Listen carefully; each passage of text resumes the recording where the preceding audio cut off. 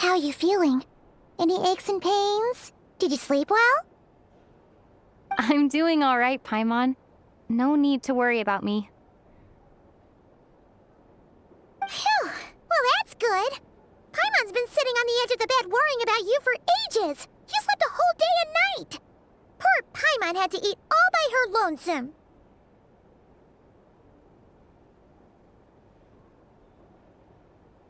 Glad to hear you didn't starve. How was the food? Well, it wasn't the same without you there to share it. Honestly, Paimon just can't relax when you're not your usual self. She couldn't enjoy the food and settle down to sleep. Well, I'm back to normal now. Oh yeah, and Albedo swung by earlier. He said to tell you to head to the tavern when you woke up. Varker and the others are organizing a victory feast and they want to celebrate with you. He also dropped off some medical supplies, but you seem fit as a fiddle, so guess you won't be needing those. If you're feeling up to it, let's head over now. Wouldn't want to keep them waiting.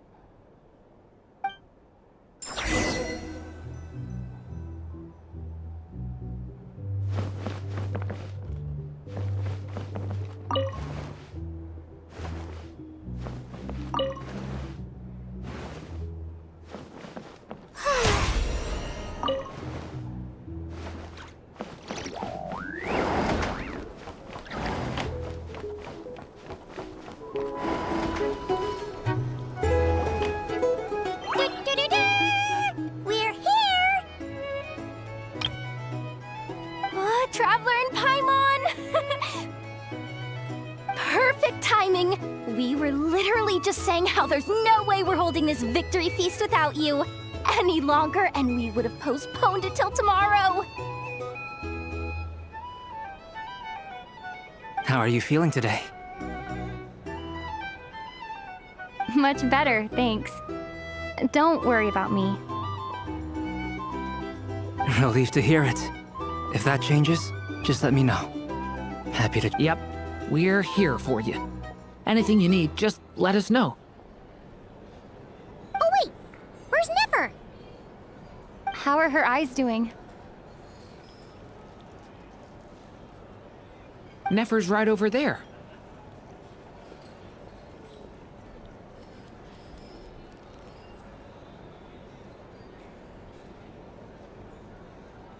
I'm sure she'd love to catch up with you.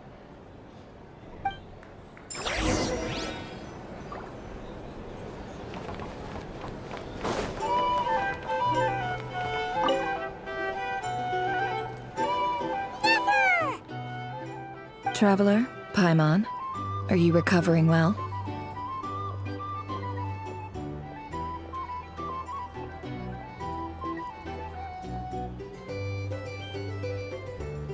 Turns out that moon chanter has some real talent after all. My eyes were mostly recovered after just a couple days' rest. I can actually open them again now.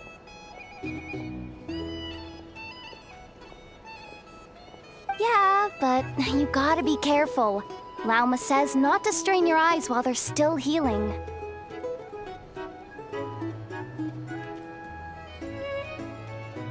Yes, thank you. I'm well aware. Yehoda, could I borrow you for a moment? I could do with an extra pair of hands.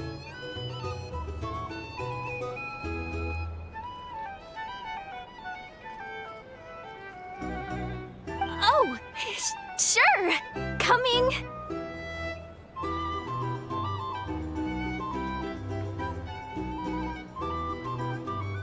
Did you hear that?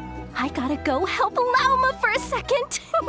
You guys chat among yourselves. I'll grab us some drinks on the way back. Paimon, you still like 'em sweet? You bet! Make it extra sweet, because Paimon's earned it. Sure thing!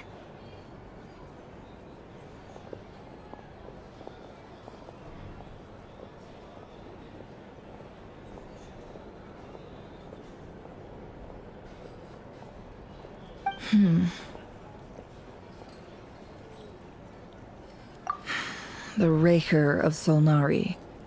Kind of a snake, don't you think? No, definitely a snake. A poisonous one who spewed his venomous hatred everywhere.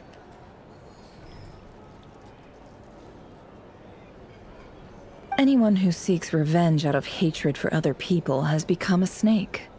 That's something my dad used to say.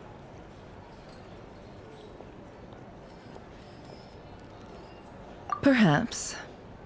I'm sure it sounds like a very wise and open-hearted perspective to your ears. But me? I think hatred is a perfectly justifiable emotion. What else is left when everything you depended on in life gets stripped away? Something's gotta fuel that drive to keep on living.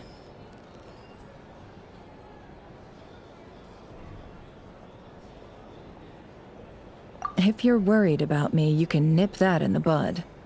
I'm not someone who gets stuck in the past. It's just... I suddenly feel like I was wrong to call my father a liar. He was just a fool. That's why the Academia turned their back on him, and why the other tribes ganged up on him.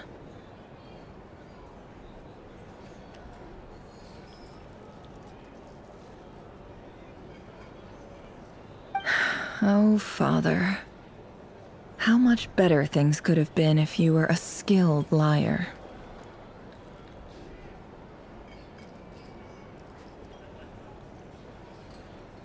Look at the Ibis King.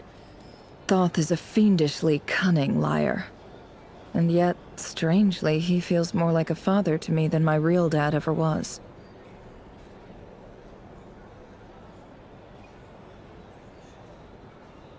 He's never brought it up, but I'd bet he feels the same way.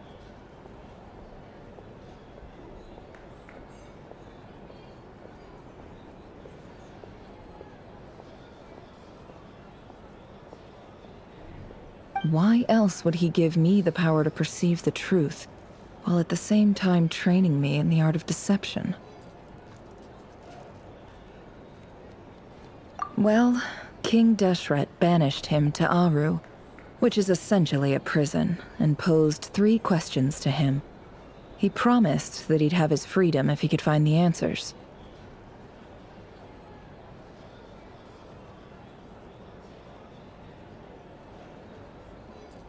His response was to take on a physical form and approach me, hoping that I could become his envoy and search for one of the answers on his behalf.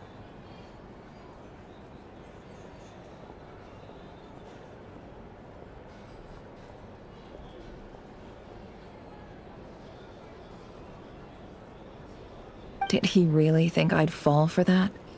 He's stuck there. He can't make me return what he gave to me. So that's enough for you to decide he's nice, is it? He's a prisoner, and he was scared. So he decided to perform some good deeds to win people's approval. He lives in fear because he's a deceiver. How is Rerir any different? You can't work as a spy your whole life and expect a happy ending.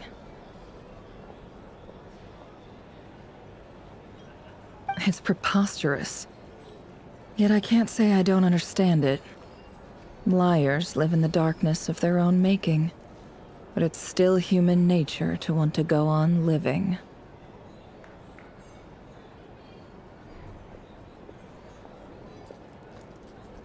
They say that a liar's soul is the most worthless thing in the world.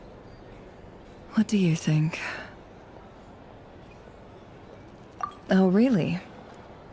Well, it takes a very kind person to find compassion even for liars. If you ask me, the soul of a liar really is worth nothing, because all they care about is themselves. For example, when something good falls into my lap, I don't go sharing the news around. Stops other people trying to steal it from me.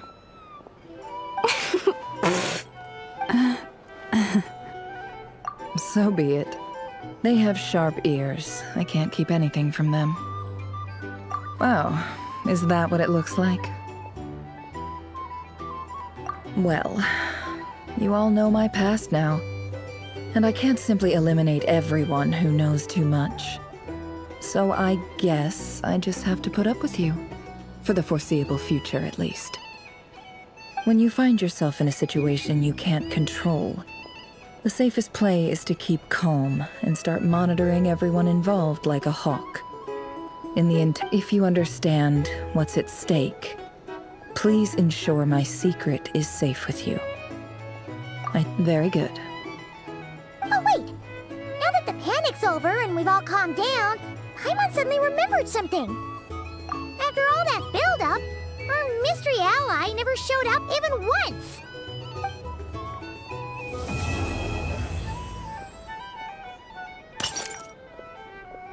Huh? Am I imagining things?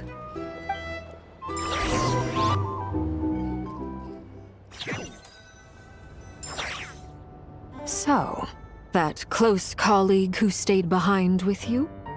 What's he been up to recently? Don't know, don't care.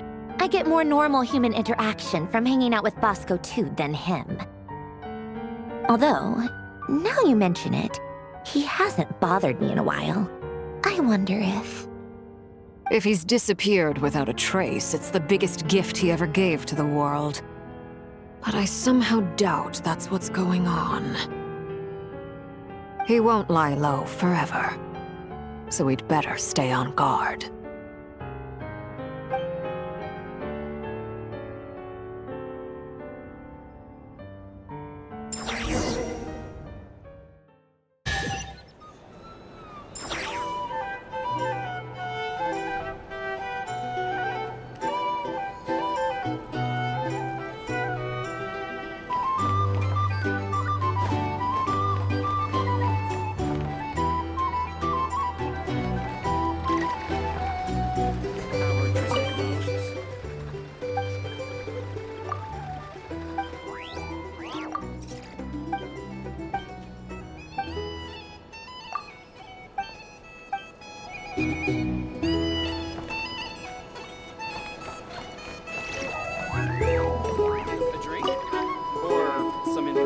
How have you been holding up?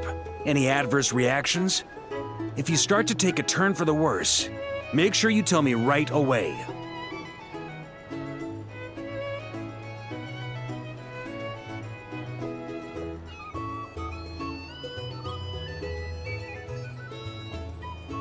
You don't need to worry about me, Grandmaster. I'm fine.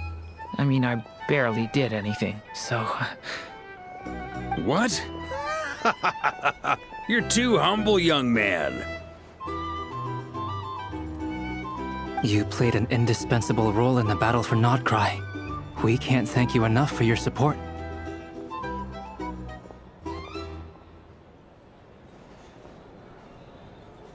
Sometimes, when people praise you, it's because you deserve it. The best thing is to accept it calmly and with grace. It's important to learn how to respond to words of admiration. Let's do a quick demonstration. Albedo, that was an incredible feat of alchemy. The pressure was on, but you worked flawlessly at lightning speed to get the job done.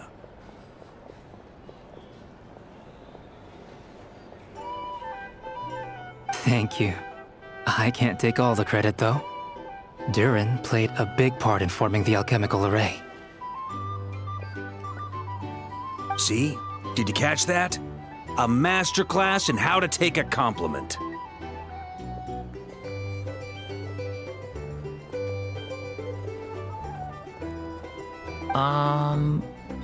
Okay, yeah. I did work pretty hard to help prepare for the battle. No point denying that.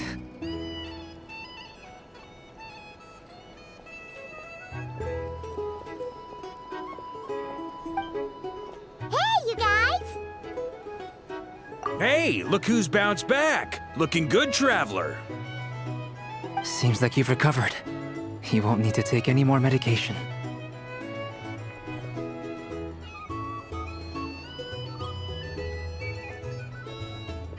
Can I get you a drink?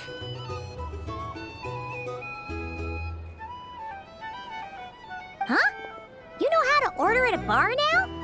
You've sure learned a lot recently.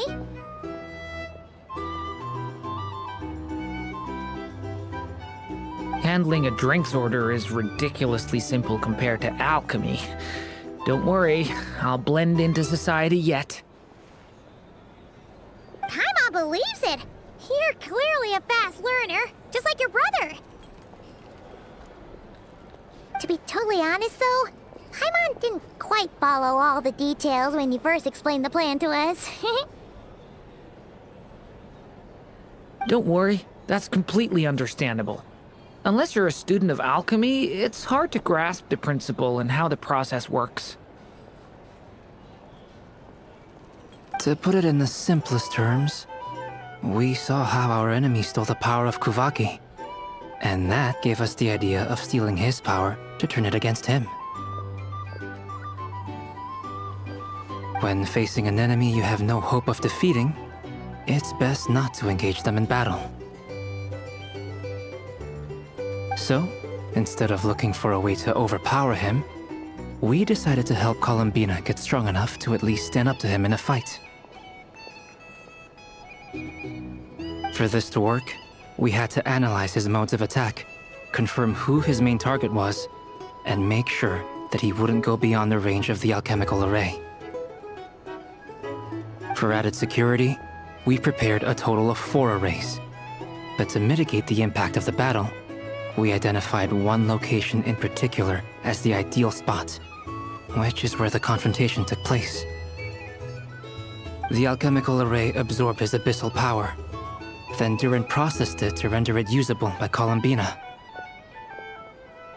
That power enabled her to do what would otherwise have been nigh on impossible. What surprised me was that Dainsleif actually agreed to join us. Given his history with Rerir, he had every right to sit this one out. But we're extremely grateful for the decision he made.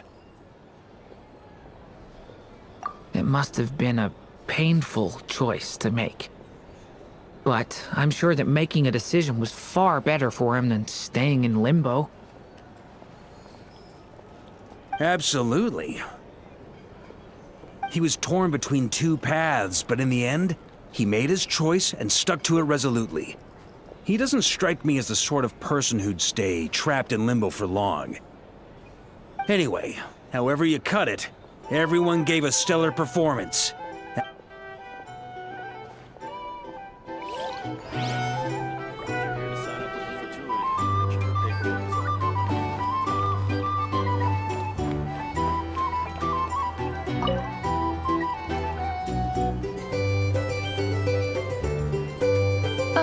Lord Sangama Bay. I must thank you for the device you provided. It was an enormous help. Would I be right in thinking that it was developed by the Academia? Why come and ask me when you clearly know already? I mostly came to thank you. That's more like it. A little gratitude goes a long way with Lord Sangama Bay. Play your cards right, and you might even stand a chance of becoming my long-term supplier. The chance to work with such a kind and charitable investor as yourself would be a great honor for the Curatorium. Huh? Charitable? Who said anything about charity? First time hearing about it. Let's see. The first plot of land you purchased in Nod-Krai, your desert interests, and... Stop! What do you think you're doing? Exposing my investment history! It's nothing to hide from. They're all perfectly legitimate investments.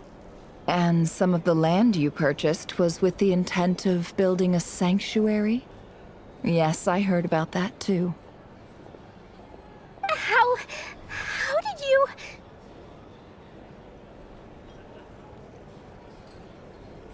You're a curious case, Lord Sangama Bay. You don't like people finding out about your good deeds, do you? But I'm afraid no matter how hard you try to keep things under wraps, where there's a will, there's a way.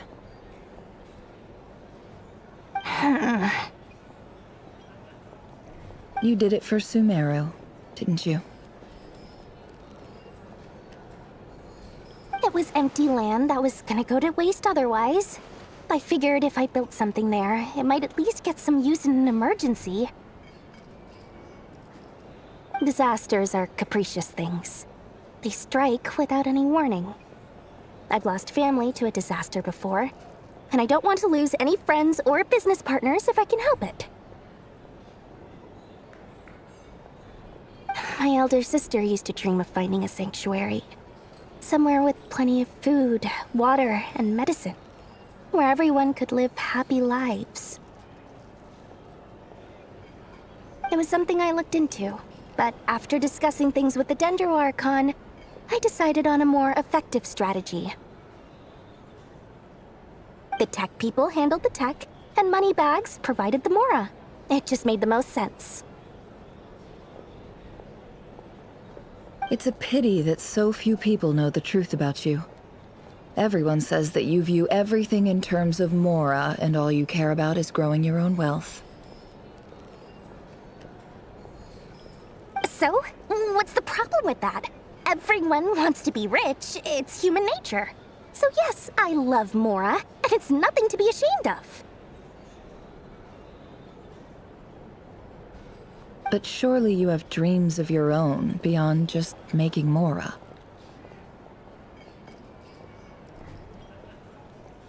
You don't get it, do you? My dream is to invest in other people's dreams. And, you know, make a nice little slice for myself along the way.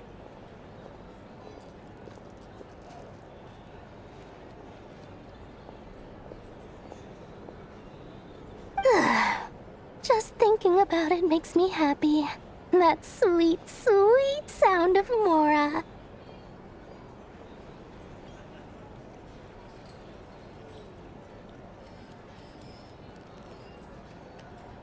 Thank you.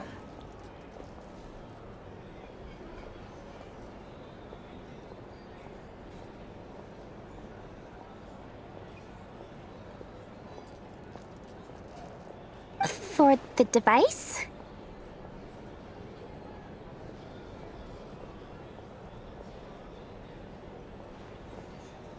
And the pendant.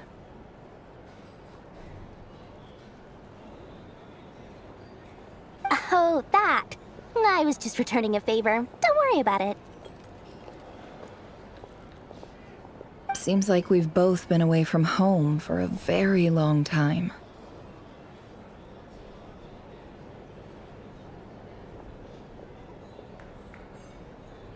Yeah. So long that I barely remember what my family even looked like. That would be your mother, father, and sister? Yeah, though it's been years since my sister passed away. It's not like I want to forget them, obviously, but memory can be even more ruthless than the most calculating business person. Beyond a certain point, if something isn't helping you, it just gets rid of it. My sister can't help me now. Slowly but surely, her face is fading from my mind's eye. Not everything will fade. When loved ones pass away, the beautiful memories are the ones that last the longest. Yeah, that's true. If you ask me, that's the one silver lining in all of it. Well, that, plus, I'm sure that life is much better now than it was back then.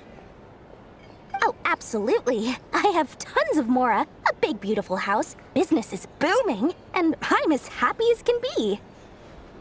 You've got a lot going for you too. Boss of the Curatorium of Secrets? I'm sure there's plenty of Mora to be made in that line of work. I appreciate the vote of confidence.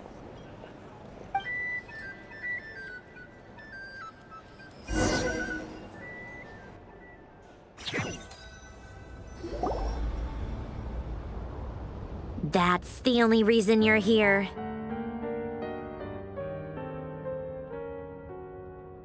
Yes, I've thought a lot about it. And I've realized that you, me, and Arlecchino should be friends. I think this is very important. So I felt I had to come and tell you. Well, this is a new one. I'm so moved. I can't even hold my teacup. If that's all, you can leave now. Do you not want to be friends with me? Or is it that you prefer being coworkers? What is this, Columbina? Are you deliberately testing my patience threshold? Right now, my politeness module is active. But if you say another word, I swear I'll shut it down. If your politeness module was active, wouldn't you say the word please at some point? Polonia, please see Lady Columbina to the door. Will you still invite me to your next tea party? What? Yes, I think you will. Bye-bye, dear Sandrone.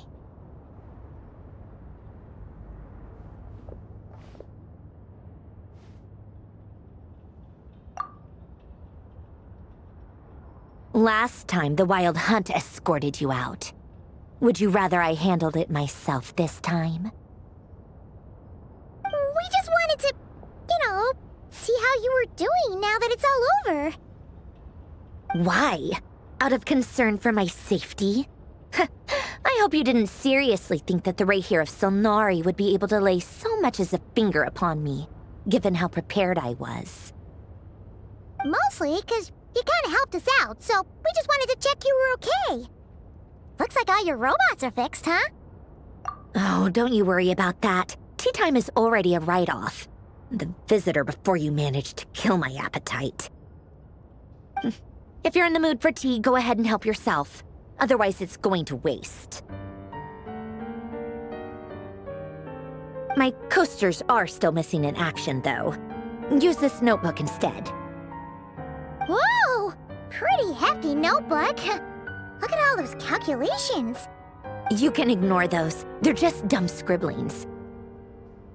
I doodle and write in my free time. Sometimes I remember the distant dreamlike past. Sometimes I imagine the far-flung future. And other times, I grit my teeth and note down all the crazy nonsense going on in the present. Some people do the crosswords in the newspaper. This is my equivalent of that.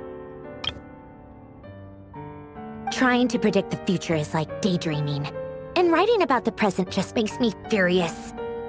The past is my favorite. If nothing else, it's already set in stone, so I don't have to rack my brains trying to figure it all out. Huh. Although, having said that, the only vaguely interesting memory in my past is probably that guy they call Lord Artificer. Who else? Pretty much all the mecha and Fontaine are his personal handiwork. Wait, are you saying you know him? Like, personally? As a friend?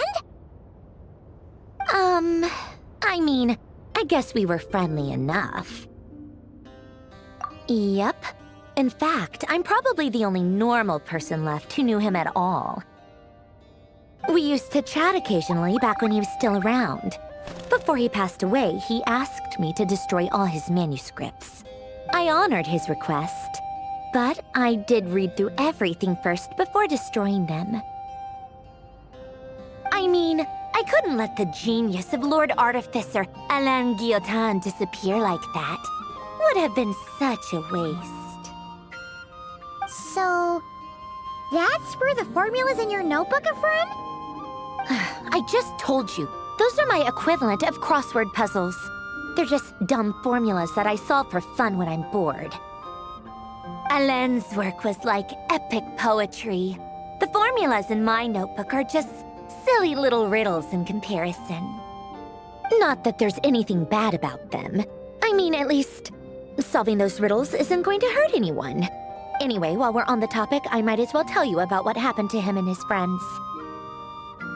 Alain Guillotin had two close buddies, Renee and Jacob.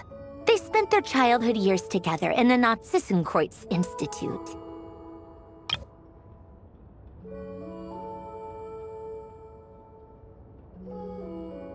They were all quite competitive, so there was some rivalry between them, but it was a friendly rivalry. But beneath the friendship and the rivalry ran something deeper, a sense of nostalgia for the past.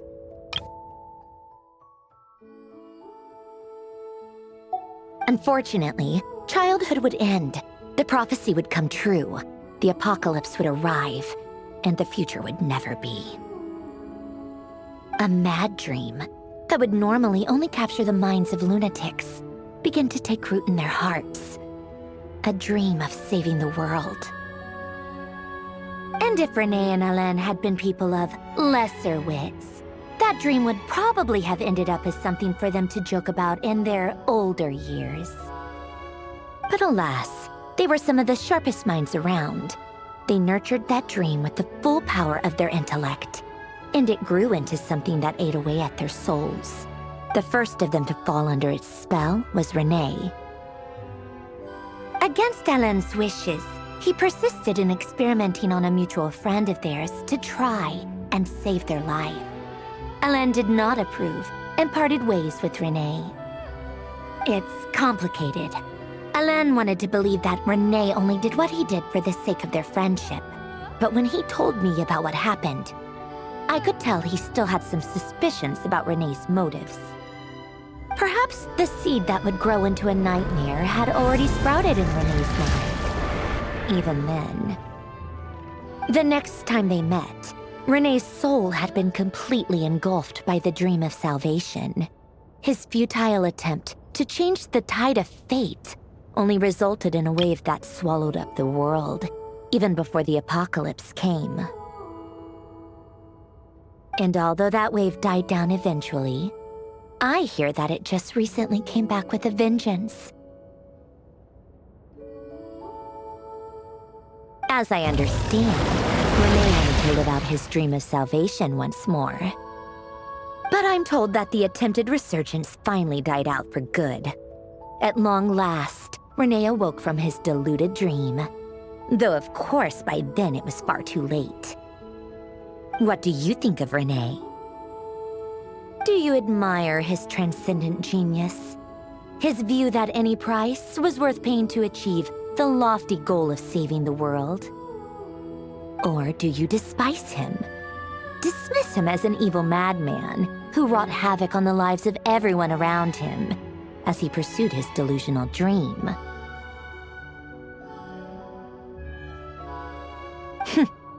Same difference, really. Just a matter of perspective. What a cop-out. But I suspect you'd have a more incisive and insightful answer if we dug into it further.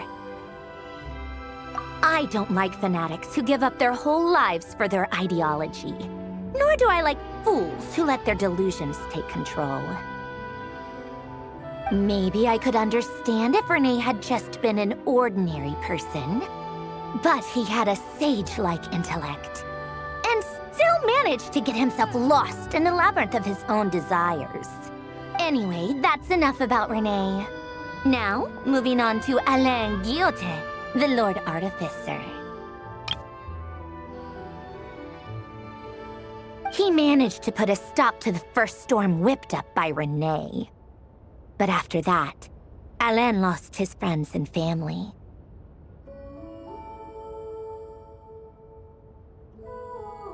To his credit, I suppose, the loss of his family and friends was purely a tragic accident. It's not like Alain sacrificed them for his cause or anything. After that, the only thing supporting his work was the same dream that had dragged his closest friend down to the abyss.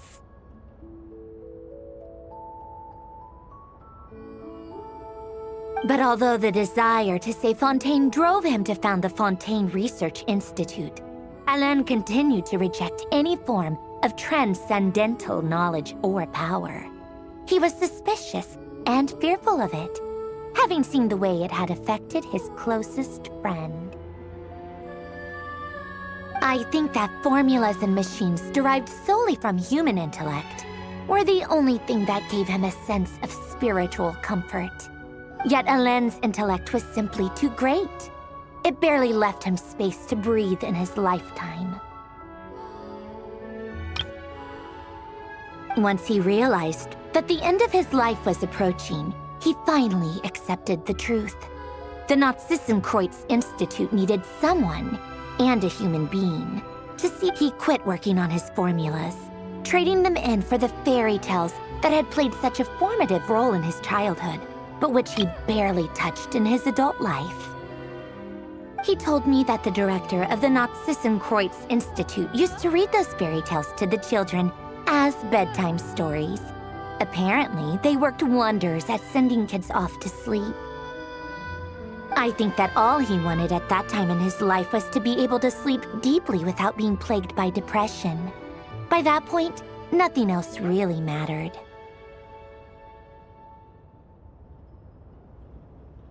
At the very end, he laid down to rest in the ruins of the former Nod-Krai Institute orphanage. While the Fontaine Research Institute he had many years after that, tensions over competing dreams would once again cause a rift. This time between members of the Fontaine Research Institute. But the actions of those fools had nothing at all to do with Alain.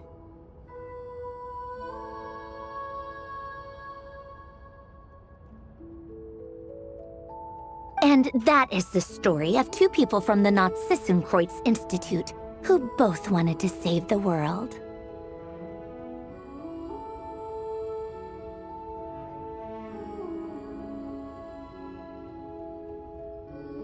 One went all in on his fantasy of salvation without ever looking back, and ended up calmly sinking to the bottom of the deepest sea.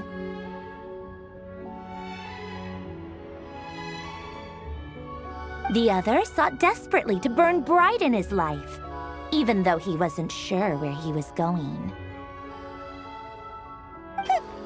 I do sometimes wonder, why is it that people like them have such grand hopes of saving the world?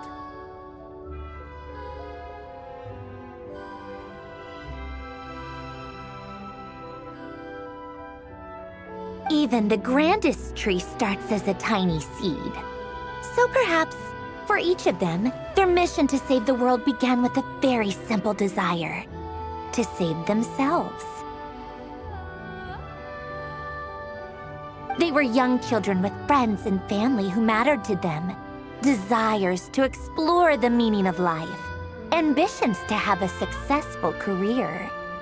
They didn't want to see all of that taken away in one fell swoop.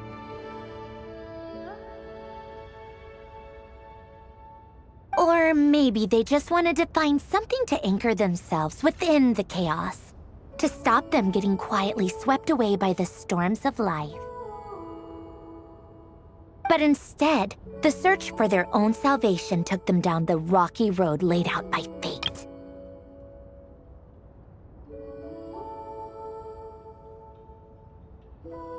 Do you think the desire to save oneself is enough of a justification to try and save the world? You don't know? I guess that's a fair answer. At least you're not trying to hide your confusion. Alain was much more straightforward about it. I asked him the same question back when he was in his prime, putting all of his energy into his work. Yes, it's enough. That was all he said before getting right back to his work. He was always that way. All right, tea time's over. I owe Arlecchino a favor for telling me these stories. I'll have to bring a whole sack of gifts the next time I visit the House of the Hearth. I'm gonna go tinker with Polonia now. You guys can do whatever you want, as long as it doesn't involve interrupting me.